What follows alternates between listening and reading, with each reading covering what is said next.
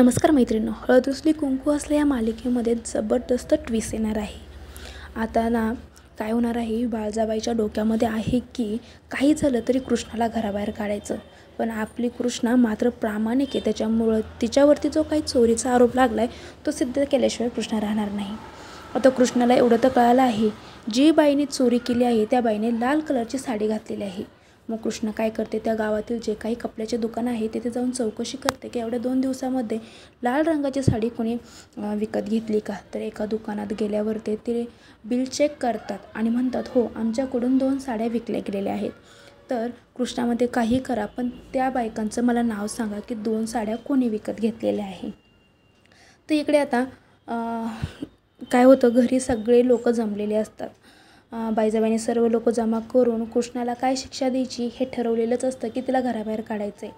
तर आता बाळजाबाई सर्वांसमोर म्हणते, कृष्णाला दिलेला जो टायमिंग होतो तो टायमिंग संपला आहे, फक्त आता शेवटचे 10 मिनटं उरलेले आहे आणि या कृष्णेने काही तिचा आरोप सिद्ध केलेला नाही, म्हणजे मी ह्या कृष्णाला ह्या घरातून काढायला मोकळे.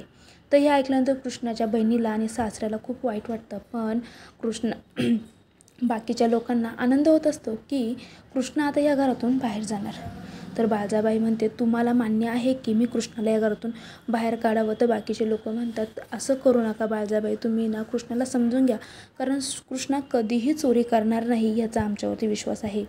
हे देवीचे दागिने दुसरेच कोणीतरी चोरी करून तो आरोप कृष्णावर आला आहे.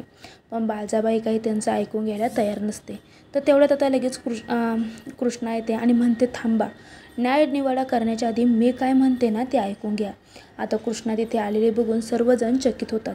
आता कृष्णा तिथे आली म्हणल्यावरती ती तिच्यावर लागलेला आरोप नक्का कसा सिद्ध करणार आहे हे जाणून घेण्यासाठी चॅनलला सबस्क्राईब करा आणि व्हिडिओ आवडला असेल तर प्लीज व्हिडिओला लाईक करा. शेवटपर्यंत हा व्हिडिओ ऐकून घेतल्याबद्दल खूप खूप थँक्यू.